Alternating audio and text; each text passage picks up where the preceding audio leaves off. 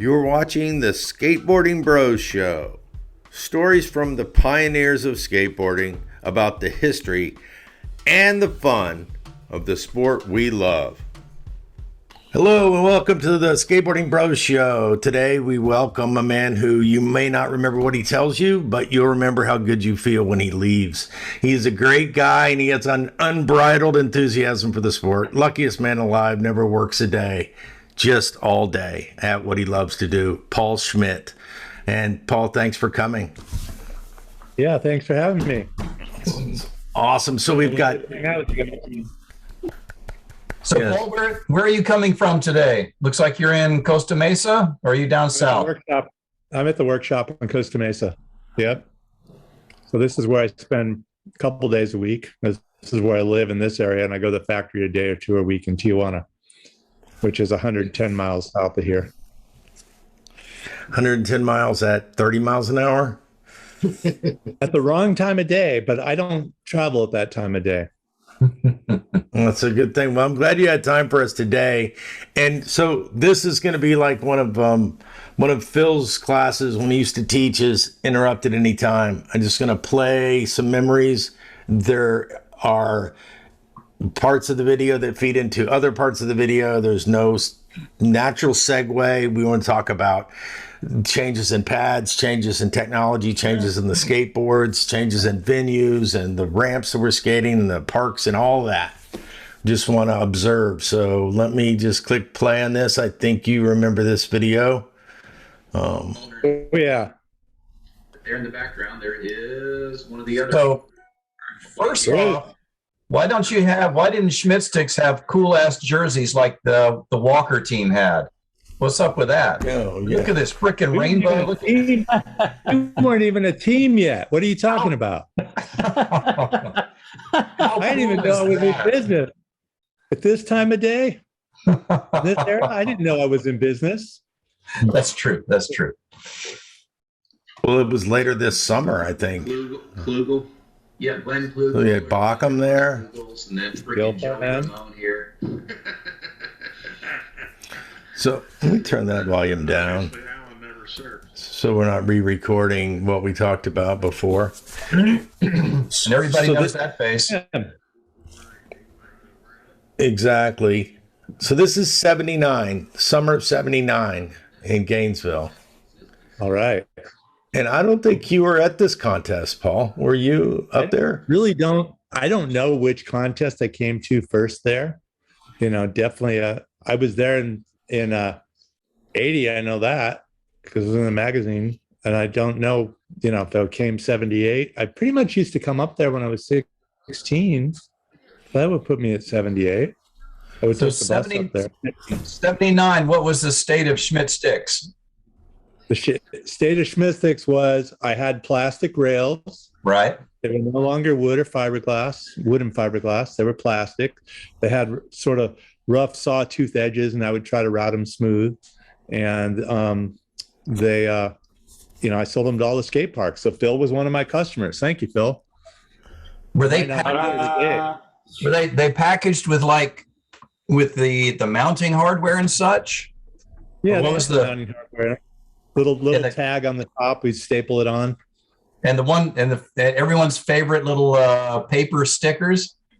Oh, gosh. Paper stickers, exactly, where I would take the Kinko's copies. I would copy a sheet of stickers. I'd then take some spray paint of different colors and spatter it over it. Then I'd clear coat it really good to thicken it up like it had a plastic layer on it, but it was just paper.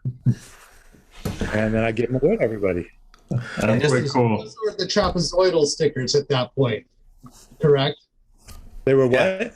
The trapezoidal, where they were. No, we're talking when it was Schmitt Sticks with 2 X's. Uh-huh. So this is a logo that Mike Knapp drew. Mike Knapp. Wow. Because Mike Knapp comes to me one day at the skate park and says, "Here's your logo." I'm like, "What do I need a logo for?" He's like, "Because you're a company." And it's like, "What do you mean I'm a company?" "Well, you're making rails. You're a company. You got to have a logo." I'm in a class at USF. I learned all about this stuff. So he made me a logo. So wait, Mike Knapp. That's on the picture. That's on the lip when that one picture of Gelfand at Gainesville doing a frontside air on a yellow Ray Bones board. Yep. The Schmitt Sticks sticker, Goodrich picture on the lip. So if we Yep, check I remember the that. magazine, we can find out that being 79 probably. That's when the stickers were around. Because when they became trapezoidal, when it was like they were a better, then they were printed vinyl stickers then. Well, now we have a way to verify authenticity then. Not only do they not stick anymore, there's a different shape and different design on them. Yeah. So So this is you're all working out of Tampa now. Was that Temple Terrace or where were you at? Yeah, I was on the edge of Temple Terrace. It was technically Tampa, but Temple Terrace corner. 5250 tennis court circle for those that Tennis remember. court circle. That's right. That was on all the ads. that sounds like Mom's house. Is that what that was? That was Mom's house, yeah. I think you guys were in the heyday of Mom's house. You guys were already off living the world. You're a couple years older. Yeah. You college guys and all, you know. I was- That old. They didn't expect me to do anything. So But so what was the first one? I mean, why did you decide to make rails? it starts by just wooden rails, right? So basically, I've got a picture of me up a pal board, orange bright light, and I stained the wooden rails that I made Very nice. yellow to match the yellow print on the graphic. And, you know, that was me imitating Steve Fisher with fish sticks, but I just made my own just utilitarian rails, you know? And then one day I went to the store, McGill and Gelfand, and Gelfand says, if rails slid, that'd be cool. And he just had his interview and he had, you know, Z-Flex grab airs, you know, showing that they were grab rails. They weren't slide rails. They were grab rails in that era. That's what they were for. And he said if they slid, that was cool. So then I made them with wood and fiberglass to make them tougher and Formica on the top, and they slid, but it was just too much work to make them. And then I went to an industrial plastics place on Fletcher and found just scrap UHMW and started building rails out of that. Why don't you tell us what UHMW stands for, Paul? Ultra high moleculate polyethylene. Yay. Okay. We can go as deep as you want, Like a cutting board, but basically tougher than a cutting board. but not polytetrafluoroethylene. I don't know. You know that technical stuff better than me. UHMW. Fuck yes. Ultra high moleculate. So was that like naturally occurring? You just find it in nature, or is that? They farm it from trees. Yeah, is that a maple syrup type of concoction? You get those out of plastic. No, not at all. It's just particles of plastic that are just compacted together so hard that they fuse, like millions of particles. Well, I remember the Schmitt Sticks came out and everybody got all excited about it. It was like a great product for what was going on at that time, and it was totally cool. You can see some of the boards in the background of my image of my photos there. There's got sticks on a handful of them there. There you go. Gab and my Bowman and that Conspiracy, that freaking bouncy ass Harada that I never did like. Didn't have, I think it's got rails on it. So a big question. Oh, there we go. Yeah. Nice. What? So it's pretty funny because Gelfand and McGill influenced me to make rails, right? And then I went to the Surf Expo. So Craig Snyder says, well, you're going to sell things. You got to go to the trade show. So he takes me to Surf Expo. It was him and McGill and Gelfand and a couple other people. And then I got to meet Tom Sims and Stacy Peralta, and they see me walking around the show with my plastic rails. So Mike and Alan never rode my plastic rails because Powell and Sue's like, nope, we're going to make rib bones. And did you have any IP on that, or was it just your first to market advantage? Yeah. And I can't say somebody else didn't do it as well. I mean, Z-Flex was already making their grab airs. I know they made ABS rails, you know, within that year of 79, but I don't know if I beat them to the punch. I don't really know. Did you sell rails? Did you sell rails? Rails were here, and at Surf Expo, the Florida pros, like Fulmer was already riding them. He was trying to get Sims to put him on his board instead of crappy rails because everybody, you know, is already going down that path, right? You know, a board came with rails like Veriflex was, for instance. Yeah, that's right. That next year, Veriflex was. But I mean, Z-Flex, they were way ahead of the curve. I mean, they already had the Z roller, which was, that was legendary. So come on, Tim. I don't think that. Pull the Z roller out, you fucker. I know you got one in there. I don't. Oh, No, fail. Fail. So, Paul, after you did the rails, what was your next product after that? So rails went from me making them cutting them out of sheets and drilling them, to me using up all the scrap plastics of UHMW in the Tampa Bay area and finding out that a 4x8 sheet was unaffordable. And then I reached out to plastics companies in Orlando and Miami, and some guy in Miami just says, "Hey, you should just get them extruded." And I'm like, "What do you mean?" It's like, "Well, it's like Play-Doh pumper number 9. It just keeps on pushing out plastic in this shape." And that's how I got my half round shape. But that's how I also quickly got to colors where everybody else was still just cutting up sheets that were white. Awesome. Wow. And then I didn't have to make the rails anymore. So then the next product would have either been probably a truck guard first. Kinder grinder? And then a kinder grinder. grinder. I remember that. And I've been making my own boards the whole time, but I didn't make them good enough to sell until '83. So let me ask you this: the parks that maybe I should turn this video on. So roll some tape. Watching Crystal here. Yeah, I noticed where you were stuck on. Yes, always. You guys haven't stopped living the fantasy from what I saw a couple of days ago. Well, that's what we're trying to do, trying to keep going. So when the market took off, these parks did not have pool bowls. They didn't have sliding rock and roll fields. I don't know why this is not working, but we will get it working. When I went to Del Mar, I saw Doug Saladino do 14 block sliding rock and rolls. The market in California must have jumped when this product got out there. About what time did you see distribution reach the West Coast? I had distribution around the world by '80.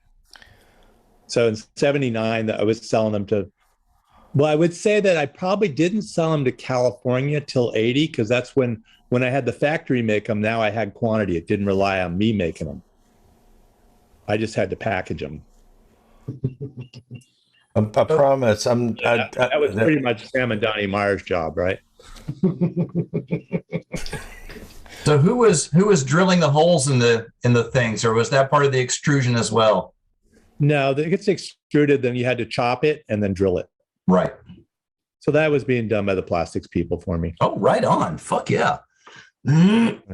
So what kind of cut did Mike Knapp get in that? Did you pay him out of the logo? Nothing at all. Thank you. He's a great guy. He's the guy who told me that I was going to be on the cover of Skate Rider when it wound up being inside, and it was the first copy.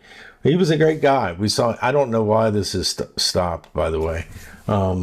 So you've got this, and you've moved on, and you've been making boards the whole time.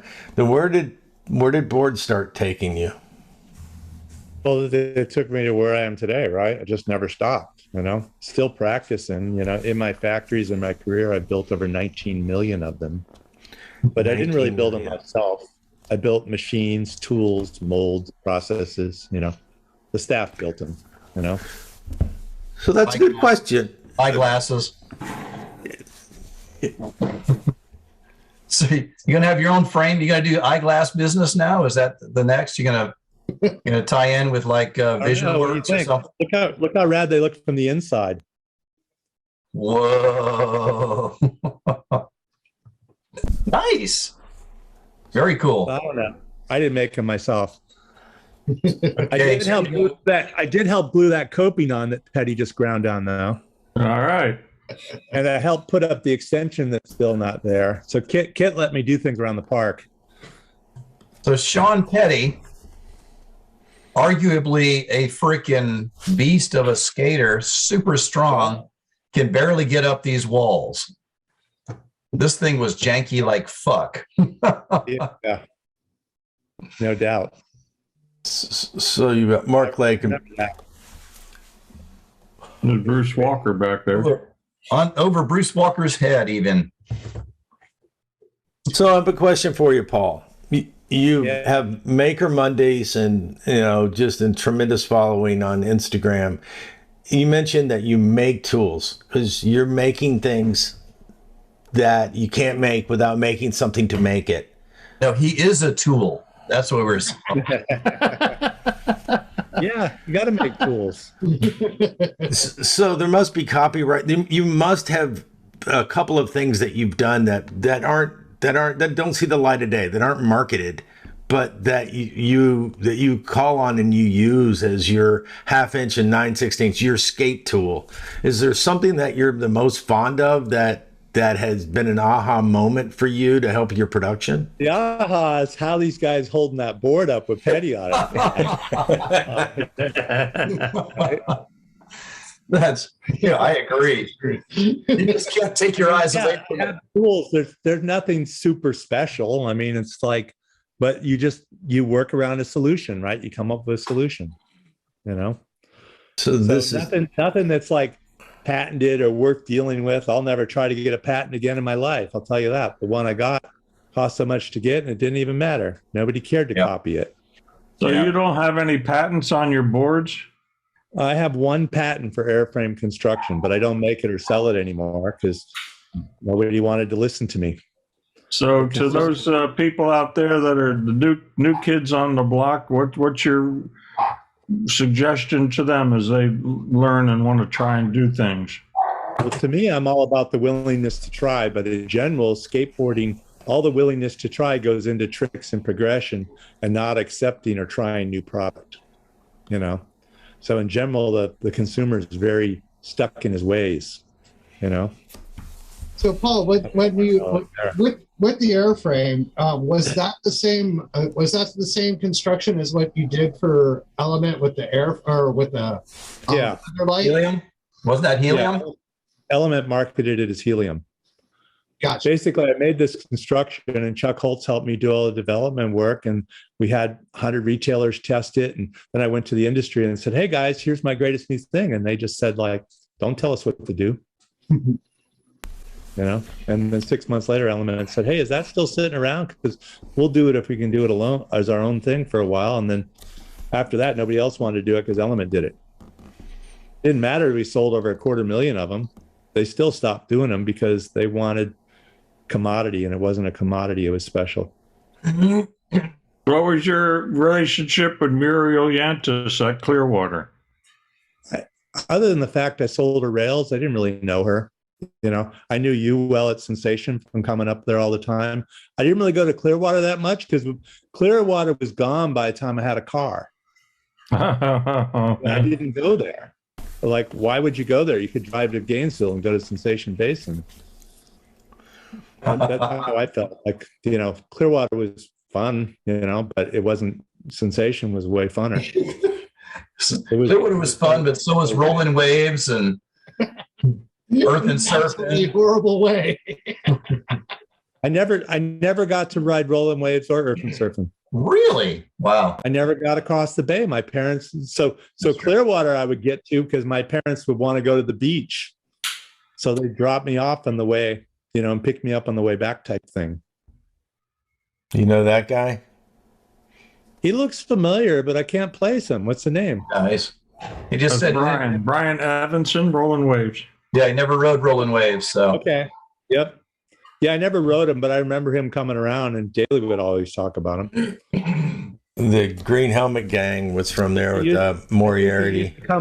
He used to come by the St. Pete ramp in the early 80s. He was a good guy. He's not with us anymore. But that it kind of illustrates the point. You're talking about logistical traveling, and we were talking about that earlier about how there's, at least in this video, in this conversation, we go down south with Tim Mott, but I went to Gainesville, and when we would go to Tampa and we would go to Clearwater, and those were the contests. And then as the scene changed, we had a little bit more of going to Kona and to Lauderdale to the solid surf. And that was sort of like, for me, those 5 parks were the ones that were my first customers, and also the first parks that I would, go skate regularly, and sort of because of competition and that kind of thing, I went to other places after they closed. And my first park I ever went to was Kissimmee. Oh, the big left and right? Longwood? Yeah, the big left and right. Yeah. No, not Longwood. That had the pipe. Kissimmee. Kissimmee. It was the early park, and it was very surf style. It had the big long left and right, as you said. I don't remember that. I remember, was it like Earth? Was it like Skate Wave, Skate Grave? No. Yeah, but it wasn't big and steep. It was very spread out compared to Skate Wave. It was like if you took Skate Wave and made it 4 times wider and half as tall. Nice. Oh, that I don't think I ever took any video or films of that Kissimmee. I never got to that part. Oh, they're in some of your films. Oh, they are. Thank you very much, because I'm brain dead now and I'm old. Well, Paul, didn't Kissimmee kind of have an upper, like almost like a little pyramid and kind of sidewalk kind of deal, but it had more surface than just the sidewalk. Like there was an actual like kind of right. Well, the whole mound was covered with cement, not that it was skatable. Just like Skate Wave was, the whole mound was covered cement, but couldn't skate that up there. There's nowhere to get to. Yeah, exactly. The Fort Myers Golf and Fun was very similar, except for it was just a sidewalk. I think we skated that one in the early 80s coming back from ramp contest down there. Oh, yeah. Oh, yeah. Because that was like an hour north of where Chuck lived, right? Well, that was in Fort Myers. So, yeah, it was about an hour north. Yeah. It was right on US 41, next to a Wicks Lumber that we actually, when the Wicks Lumber shut down, we actually went inside and built a whole bunch of ramps in there.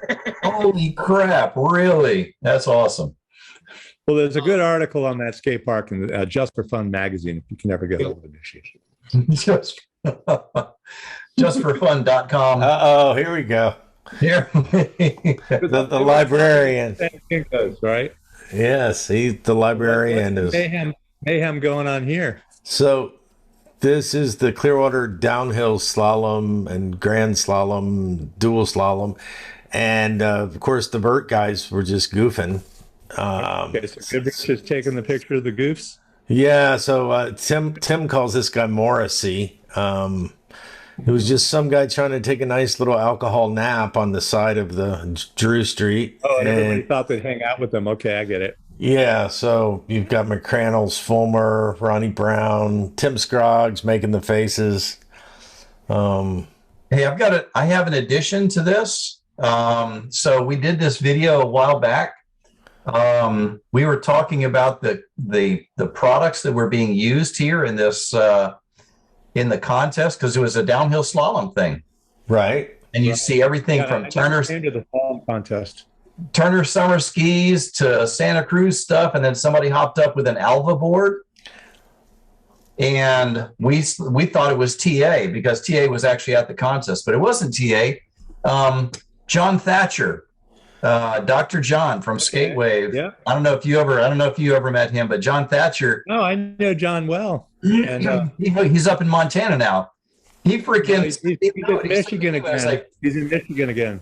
He was like, bro, that wasn't TA, that was me. That was my board. I was like, fucking A. Yeah, right.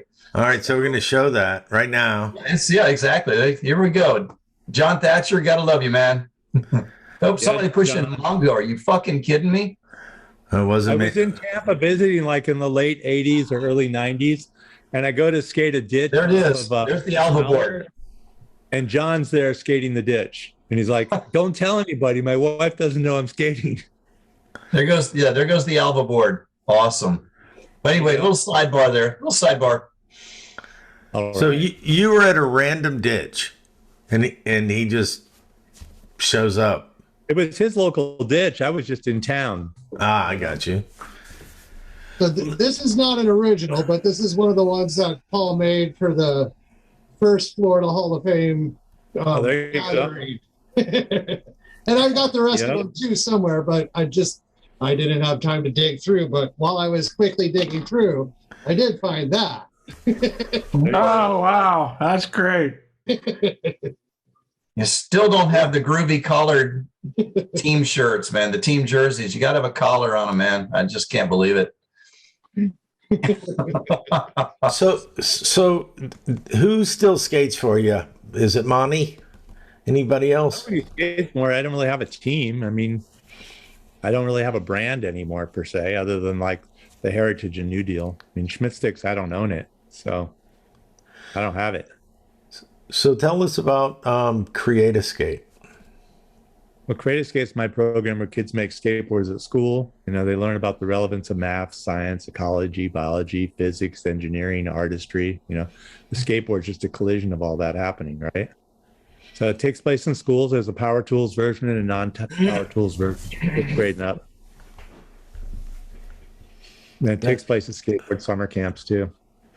So you just rattled off about 7 or 8 different disciplines and educational silos. They don't realize they're learning that. I think I've seen. Oh, well, I'm just trying to trick them to make a skateboard, right? I got you. I remember in Tampa we did one where you were doing some documentary. You were having some people you were at Tampa Boat. Yeah, that was at my old high school. Yeah, that was when I was launching it. Yeah, and wasn't it Bartholomew's son? Was it Rabbit's son? Or was it, no, it was Peter Townend. Yeah, PT's kid. Oh, yeah. Tosh came and did a demo for the kid. Yeah. He was trying to do like some 12 stair set thing at the high school, and with permission. I thought, well, that's no fun. You know, you got a barge.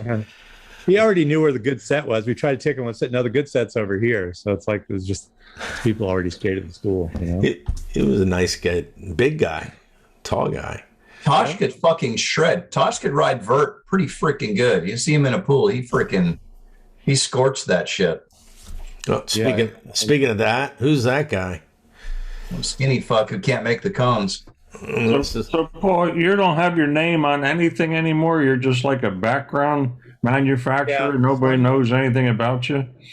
I'm just an OEM manufacturer, original equipment manufacturer.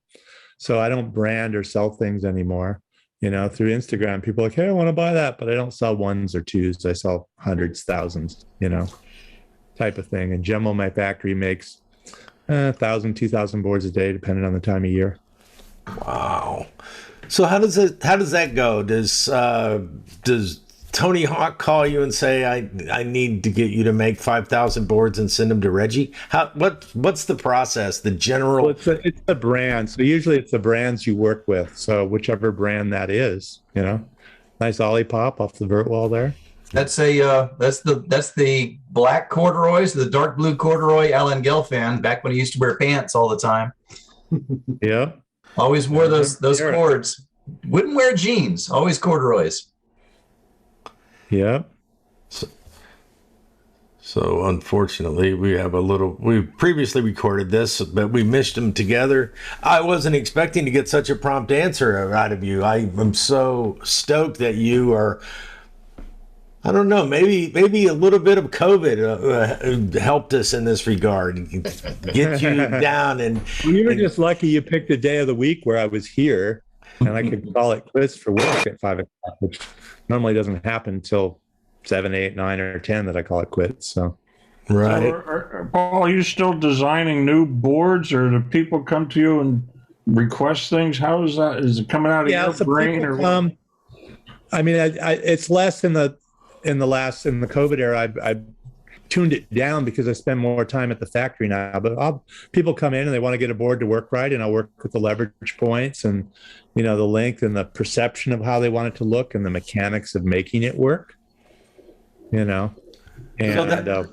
in the day, we didn't know what we were doing when we built the park. So we know 4 feet of vert here or whatever. But anymore today, It's like the different terrains probably require a different kind of board to do different kinds of things. So it's the disciplines you're talking about. The problem with skateboarding is you go into a skate shop and you might have something that got you there, the need for a board, a brand, a pro, a graphic, maybe a width, right? And then you get it in the candy store and you're like, candy, candy, candy, candy, candy, candy, candy, candy, candy. You walk out the door, you didn't even know what you left with, right? And that's the problem with skateboarding, in a sense. Most people don't ride the right size board. They ride a board that's either too short for them or too long for them, you know, because they're buying based on brand, pro, or graphic, whatever gets their attention this day. Back in the day, I heard the complaint that the terrain never changes, whereas surfing, every day it's a different wave. But now we've got so many different terrains that you need different boards for different terrains and different skill levels. Yeah, well, that's if you choose to ride different boards, right? Most people don't choose to ride different boards. They ride the same board everywhere, you know? Some might be, hey, like Lance Mountain, they'll have a street board and a bowl board, you know? But most people don't. Most people just ride the same thing everywhere. So, Paul, let me ask you something. This we've decided is a board hand-me-down from Stacy that Alan has. Okay. Does it look to you like there's no tail on this board? Well, Alan would always drill his trucks back. Yeah. Super short tail. Really short tails have the leverage. So basically the nose has to come really high. So it's really hard to get it to react, but when it does react, it reacts quick. And he even said that when he go make his pro model, they're telling him like, no, you can't have the tail like that. And it's like, well, this is what I want. And he just drilled his own production boards back because they wouldn't do what he wanted. So Paul, where you were going with, you know, most, you go into most shops and I mean, do you think it's a factor of the employees of the skate shops are not knowledgeable in that factor as well? Well, the hard thing there is, as a skateboarding enthusiast, everybody wants to think, I know everything, right? Yeah, I've been doing it for 10, 20, 30 years. I know everything. And you do have your perspective and you are blinded by it most likely, right? You know, I am. Thing of experience is an amazing thing, right? But when you're hindered by it, it sucks. It gets in the way, right? So most skaters are hindered by their own experience. They've formed an opinion because of brand, pro, graphic, whatever it is, you know, and they don't want to learn. And then the skaters that get somewhere, their first place to get somewhere is to work in a skate shop. So they just take that attitude with them right to the counter of the shop, right? And, you know, the attitude and everything isn't as harsh as it was, you know, 20, 30 years ago in a skate shop, but there's still a little like pay your dues to become the community, right? You know? Sure. Well, I just encountered, I mean, essentially, I spoke with you actually a while back about it, but, you know, like being able to find a board that was correctly sized for my son is a very difficult thing to do at any skate shop and from most brands. And I found that incredibly frustrating because it's like, there's more than just me out there that think about this, I'm sure, or you for that matter, but you know. Well, check this out. The other week, I did a post on my Instagram with the Create a Skate height chart on the wall, and I did some research. Yeah, saw that. I realized the average height of a skater, right? So the average skater, let me see the heights over here. 5.7 is the average man in the world. In the United States, it's 5.9. You know, the average woman in the world is 5'4", but in Asia, she's 5'0", right? Wow. You shouldn't be riding the same stuff. No. You know? It's out of scale. You know, it's like, so you look at a lot of girls skateboarding and they look like they're bow-legged. They're like a gazelle. Their legs are way out because they're scaling to the board. They figure out how to make it work because skateboarding is all about adapting, right? Of course. Adapt your terrain, your product, whatever. But don't waste your time adapting on the product. Use your energy to progress yourself on the terrain. Yep. That's how I see it. But you know, like I was saying, it was very difficult. The closest thing that I could find was something that you had actually made for USA Skateboarding. So we got him that right off the rip, and then he wore through that since December. We got it just after Christmas, basically as a New Year's kind of gift for him. And now he has moved on to a Santa Cruz because I couldn't find another one of those USA skateboarding boards. And the Santa Cruz is at least it's under a 14-inch wheelbase. But you know, I mean, for him to ride a 7 3/4-inch board with a 14-inch wheelbase, it's far too big for him. And I think that, you know, obviously it's a market from a marketing standpoint. You make boards, so you're not so much concerned on the marketing aspect of things. But the problem is that the marketing guys don't want it. Their marketing's an ego, right? Marketing's an ego, right? So they want to talk about their ego, not their product, and having the balance between product and ego, right? So it's a very interesting one. And the market average wheelbase the last 10 years has been 14 inches, you know, for the 20 years before, 14 and a quarter the last 10 years. But the previous 20 before that, it was 14 inch, right? And a lot of times as I make stuff with 14 inch, guys are like, oh, I'm home. Thank God. I've been in the wrong place the whole time, you know? And you might go, it's only a 1/4 inch, right? But if you look at, say, wheelbases are ranging from 13 to 15, which you can't even buy that range very easy, right? A 1/4 inch in that's a huge percentage. Absolutely. So didn't Element have their Twig series? Wasn't that geared? How did that go away? So originally when I set it up, the Twig series was based on size and scale and all that. Yeah. Eventually, over time, the business people beat it out. People didn't want to be told what to do. Little kids want to grow up and be big kids. The problem is they don't have patience, right? And if they patiently wait, Can't imagine. they'll get there so much easier. My best example from the Twigs thing, and I've got a handful of top pros today that have ridden little boards I made years ago, but one guy took every step in the chart, 12, 12 and a half, 13, 13 and a half, 14. When he was 8, his parents owned a skate park, and the guys would come from the city, and you know, you're talking cover boys, sodies, the works, and they'd always give him boards. And his dad said he always rides those boards horrible, but he rides these Twigs good. I'm like, look, he's not even 4 feet tall.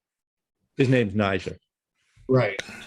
So he slowly took it. I decided his boards until he got to 13 and a half inch wheelbase and said, could I have one a little wider? Said, sure, I'll make you one wider. He didn't even choose his boards. He just skateboarded.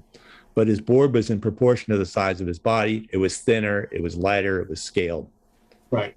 Worked out okay for him. Yeah, he's pretty good. But the issue is it's not what made him good. He was good to start with. But what it did do is he didn't waste his energy on battling a product that was disproportionate. He spent his energy honing his skills. Right. You know, 40 years ago, we kept saying this is great sport and it's going to get in the Olympics someday, and finally it did. Paul, what's your review of the last Olympics, and what could be done to make it even more exciting for audiences and participants? Because it's a worldwide sport now.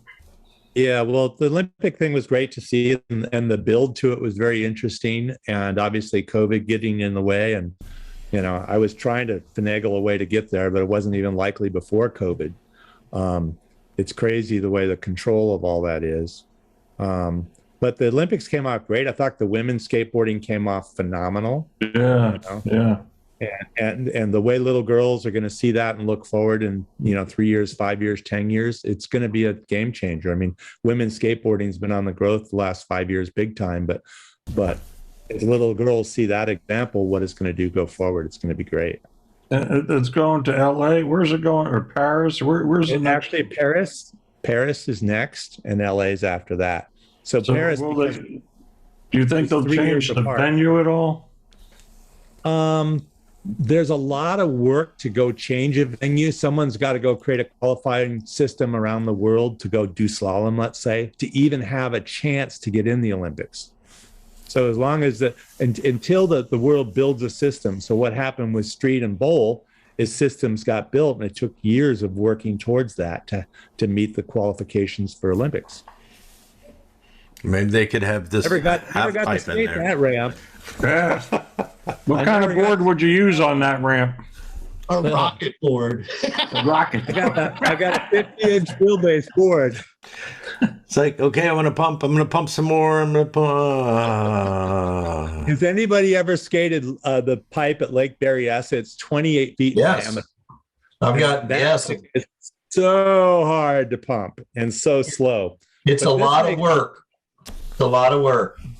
Yep. This makes me think of the quarter pipe at Bob Bergquist's house, because that's 26 feet tall. That's 24-foot transition and 2 feet of vert. And I dropped into that a couple times, just tail dropped in, and it was a rush. Did you do a frontside roll in on that? Which would? No, I rolled in off the box on the bank. Ah, okay. I wasn't doing a roll in on that. Forget it. But the reality is pumping that, like even rolling in from that bank and just pumping as hard as you can to go up this transition to try to thrust the coping. I never got there. I was always about 2 feet away. Didn't matter how hard I pushed, but I wasn't jumping the gap. It's just not me. How far is that gap? 70 feet on the big one, 50 on the short one. Yeah, no, I'm good. I'm good. Yeah. It was after my time. When Danny Way had the very first one, I'd gone through knee surgery, and I go up there to visit him and check it out. And I remember going on top of the roll-in. It was only 8 feet wide, on a hill, cactuses, everything around. I would have been scared to slide down my butt on it, more or less ride a skateboard on it, right? Like it was so narrow and sketchy, you know. And the quarter pipe was big and great, and the bank was big and great. And I remember being up top of the quarter pipe going, I want to drop in on the thing. And then eventually I got to. You know these guys? Yep. Yeah, we got Murray there. Dan Murray, Steve Anderson. Is that Anderson or Lake? I think that's Anderson. He's got the bone shirt on. He's too tall for Lake. Right? True. But yeah, the shirt of the era, right? Like that's how it goes. Well. So this was your tractor elbow pads. Yeah, this is your home park, right? Rainbow Wave? Yeah, my first home park was Skate Wave, but as soon as Rainbow Wave was built, that was over.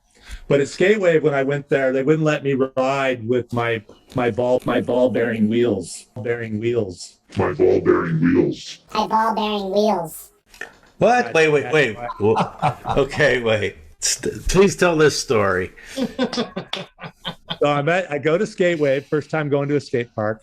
Actually, I think when I went to Kissimmee, they let me ride what I had, and it was a ball bearing, plastic board with urethane wheels. And was this a pro line? Was it the flat up here? But the flat. It was one of those had all kinds of names in it. Like I've got a couple of them with different names in them. Same mold. They'd be multicolored. I bought at the Zayre's department store in La Crosse, Wisconsin. Zayre's skate shop. A Nash board? No Nash. I think Skateway wouldn't let me ride the board at the park, and then I got to be able to buy a Oak Logan Earth ski with half tracks and OJs.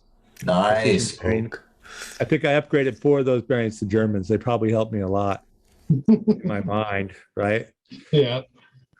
So after the the 70s skate park boom and all of that, Paul, obviously everything moved into the backyards. How did that progress in the Tampa Bay area? Let alone, I know about the experience that I had down in Fort Myers and Naples and all of that area, but I know that Tampa Bay, obviously Grigley's and whatnot, but what other ramps were in existence and happened around that time when the skate park's demised? Well, as those older guys went away to college and they didn't care about skateboarding and they had to go live life. No, we just rode pools, bro. We just started draining pools. Anyways, they were all gone. The park was closed. Like there was nobody. There was nothing left. So I went to a Kona contest and Grigley and Bruce come and they're like, man, we just Rainbow Wave. They're closing. They sold everything in the shop. And I'm like, fuck. I think it was, 81. Park's gone now. And, so I knew those guys and that's all I knew, right? Like I didn't know anybody in Tampa that had a ramp, there'd been a couple ramps that had been built in the skate park era, but they never lasted and they weren't any good, right? So pretty much I just started to drive across the bay to their ramp and then quickly just started to fix it, right? Because it only had 4 feet of flat. So we cut it in half and made 8 feet of flat in it, stretched it out chained my bug to it and stretched it across. built a ramp across the flat bottom for a mini ramp. Still almost burnt. So, which park is that? That's Fort Pierce. Fort Pierce. Okay, I never went to that one. I think it was called Safe Surf. It was It looked very safe. It was McCrannell's Park. There you go. Oh yeah. Shabab. It wasn't like that slide till it wasn't. So There's Clearwater at night. Somebody got hurt. This is a death pipe. Is this a Petty? Another Sean Petty stunt here. yes, indeed. Oh, I think there's 4 boards in that stack. Is it truly lights out, or is it just that no, there's no lights for the camera? It's just old nasty Super 8 film couldn't handle low light. Yep, that's what I thought. So, Paul, did you build Maestro? Is it Maestro? Is that the guy who had the ramp that was like up in the trees in his backyard in St. Pete? He had a bar. It was like his family owned a bar on Central Ave. Oh, Mastery. After I was gone, I mean, Grigley's ramp I built, and then, I would have to fix ramps, to have ramp contests. So you had to go around and fix people's ramps to make them good enough to skate, to have a contest on.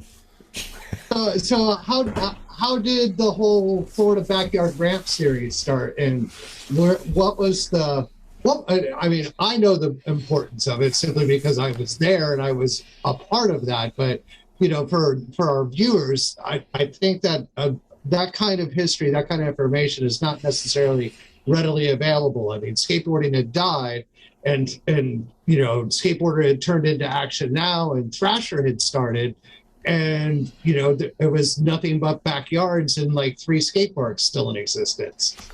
Yeah, well, Jeff Newton and the guys from Texas have been coming to Florida for contests, 78, 79, 80, 81, so we're just mimicking what they were doing in Texas, right? That's how I was doing it, Oh, you got to, have a contest on a ramp, you got to promote it, you got to market it, you got to document it, you got to send an article to the magazine. So that's what we did, So I would be the one that would just lead it and make it happen, and I would never stop. I would just do it. So the Florida Backyard Ramp Series was like, hey, there's enough ramps around the state. Let's imitate what was happening with the concrete skate parks 5 years ago, and let's go have a contest series.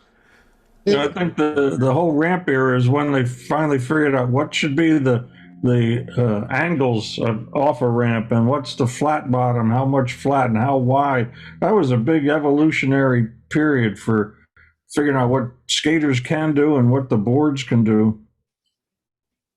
Yeah, well, the St. Pete ramp that we built at Grigley's house, when we tore the original one down, or not the original, because he had ramps in his yard for years before I ever met him. But when we built the good ramp, when I built the ramp from scratch there, or we all did, but I led it, it was 8.5 foot transition, 1.5 foot of vert, 16 feet of flat. And it was 16 wide, then it became 24 wide, then became 27 wide. And had a channel when it was wider. And that pretty much became the basic ramp dimensions for the 80s ramps, was that ramp. What about elliptical transitions? When did that come in, and when did it go away? Yeah, well, I built one when I came to California. I built one because I wanted to have the ramp not be taller and have more transition to land. And some people didn't like it. Some did. There's a lot of great pictures at the Westminster ramp. So that was the first one built that way. Right. Yeah. The pictures don't lie on the caliber of people that wrote it and how good they skated, as much as people love to complain about something different.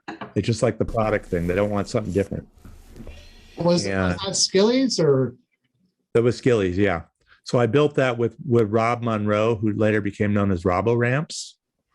So he lived in that neighborhood. He knew the guy that wanted a ramp in his yard, and I knew how to build ramps, and there weren't good ramps to be had. Eagle Rock ramp was a good ramp. So that was a good ramp. Well, I remember there was so once you got out to California, actually possibly even prior to that, you were like basically going and building the ramps for the NSA contest before Tim Payne had gotten into that aspect of things. Am I really? I set Tim up for it. I mean, I moved to California. Then Transworld's like, hey, can you go to Vancouver and widen out this old plexiglass ramp and give it flat bottom for a contest? And I did, and that was called Border Wars in the Park. And then the West Coast people instantly saw like, oh, okay, this guy knows how to make this stuff happen. Now, Larry from Tracker, he came to our St. Pete ramp contest. So he'd been out there and he saw the ramp, saw the reaction of the skaters and was like, oh, this is good stuff, you know? And then I would, you know, I built a demo ramp at a water park in Atlanta, and Tim was in town because his dad lived there, and he came and helped me build it. And that was the first time I like building a ramp like on site from scratch, you know, just for a weekend thing. And it was like, Monty was part of the demo with like, I don't know if it was McGill and maybe Cab and Hawk. I'm not really sure. I don't remember. I know McGill was.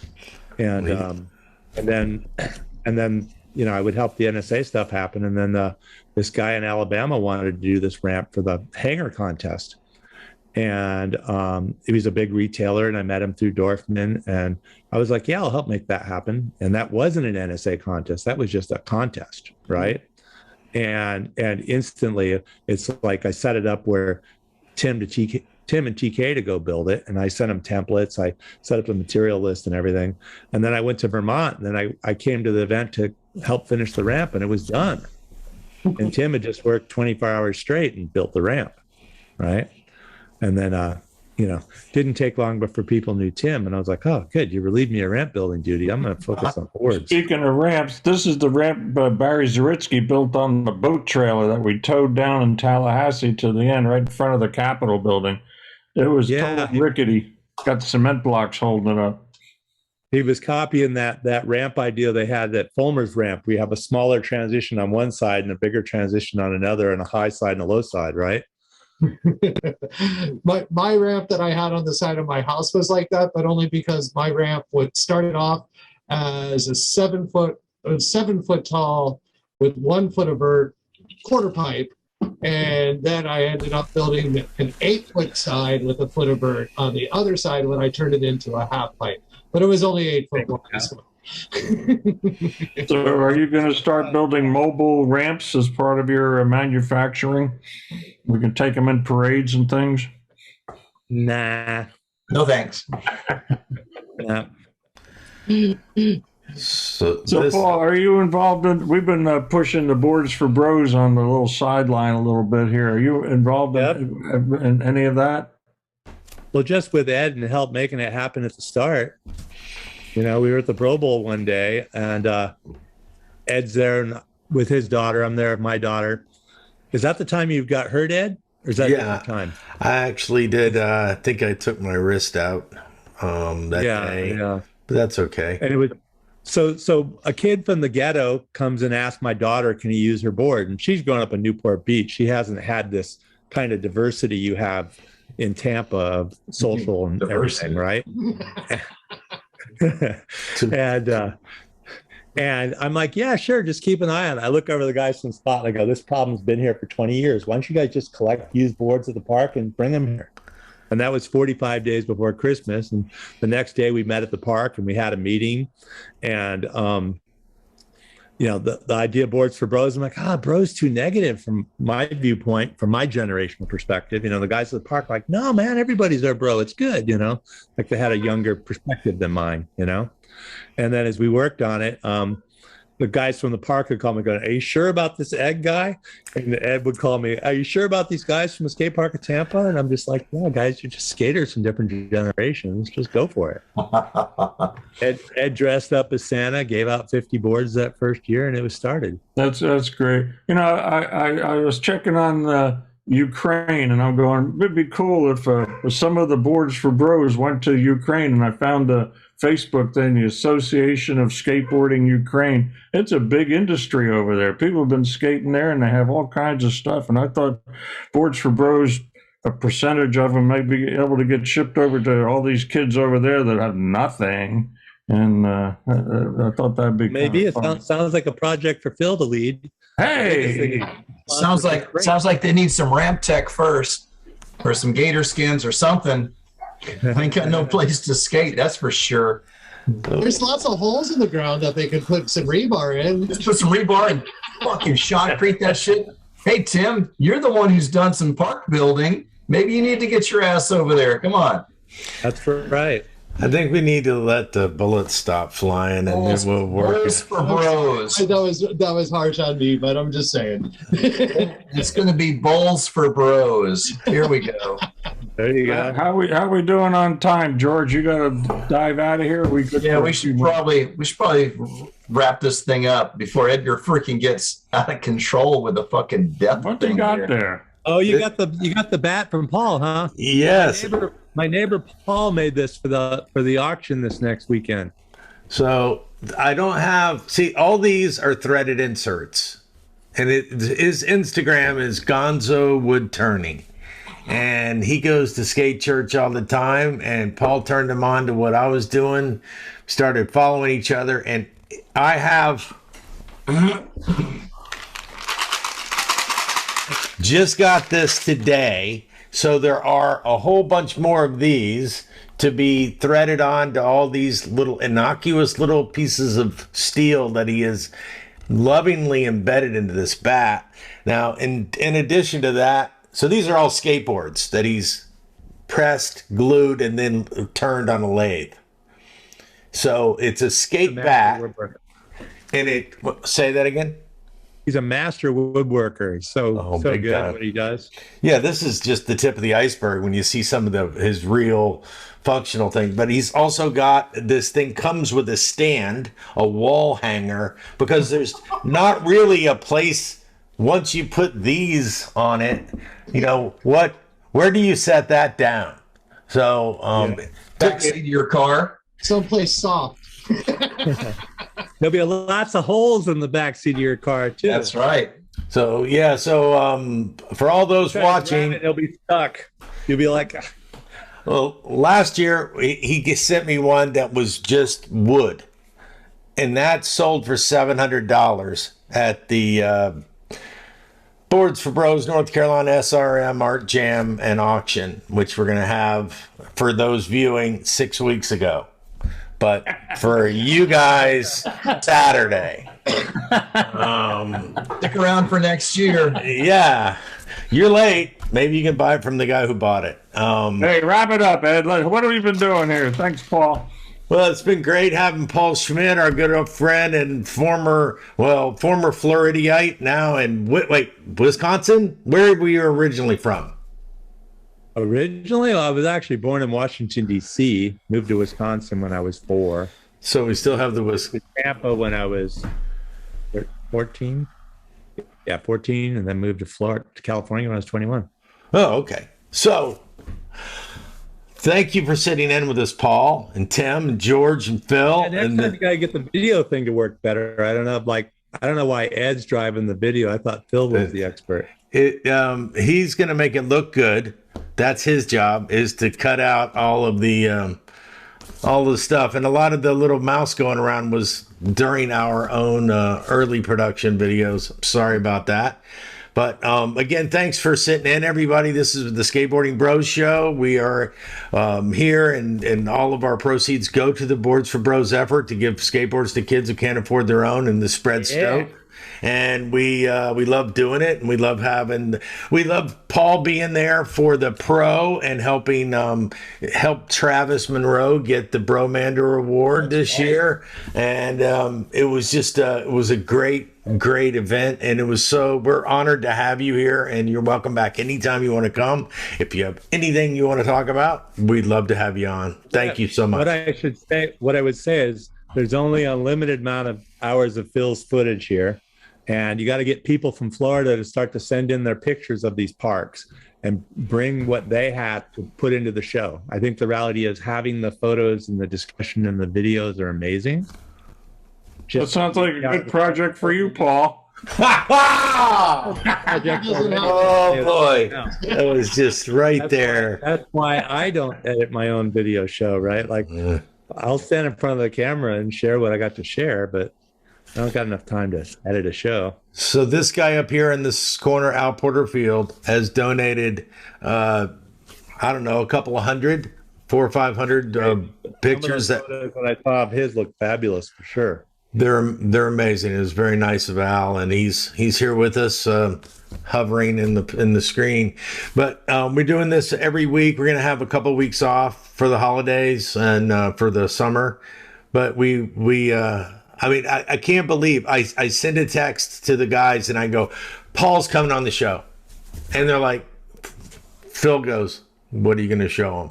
And I'm like, oh shit, I don't know. I have no idea. How about this, a little bit of this, a little bit of this, a little bit of this. So hopefully it brought back some good memories. Great memories, for sure. I mean, the reality is that the sort of, to me, my Florida part of my time in skateboarding, once I moved to California, I was in business. I didn't live in my mom's house anymore. It was serious, right? Right. And before then, it wasn't that. It was a teenager having fun, doing what they want to do. Yep. Getting away with it, So really happy I got away with it as long as I did. Let me see if there's... We're happy we all got away with it together. Oh, look at that. There we go. And there's a picture. So that was one of those things where you show up. Oh, that's me. That is you. Yeah. And some guy named Monty invented a backside grind lap over thing. No one does them. Nobody does them like him. I don't care what they say. No, some good imitators now, though. That's for sure. Well, yes, that's true. That's true. But watching him skate, he skates loud. That board that's on your shirt there with the metal wheels and a 2x4, that's what I started on in Brick's parking lot in Bricktown, New Jersey. That was my first board. How'd you get down to Gainesville? Good question. That's to be discussed on another we're out of here episode. Thanks, everybody. Thanks for coming. We really appreciate it. And check it out, theboardsforbros.org. And thank you again, Paul. It's awesome. All right, guys. Thanks, Later. guys. Awesome. Yay. You're watching the Skateboarding Bros Show. Stories from the pioneers of skateboarding about the history and the fun of the sport we love.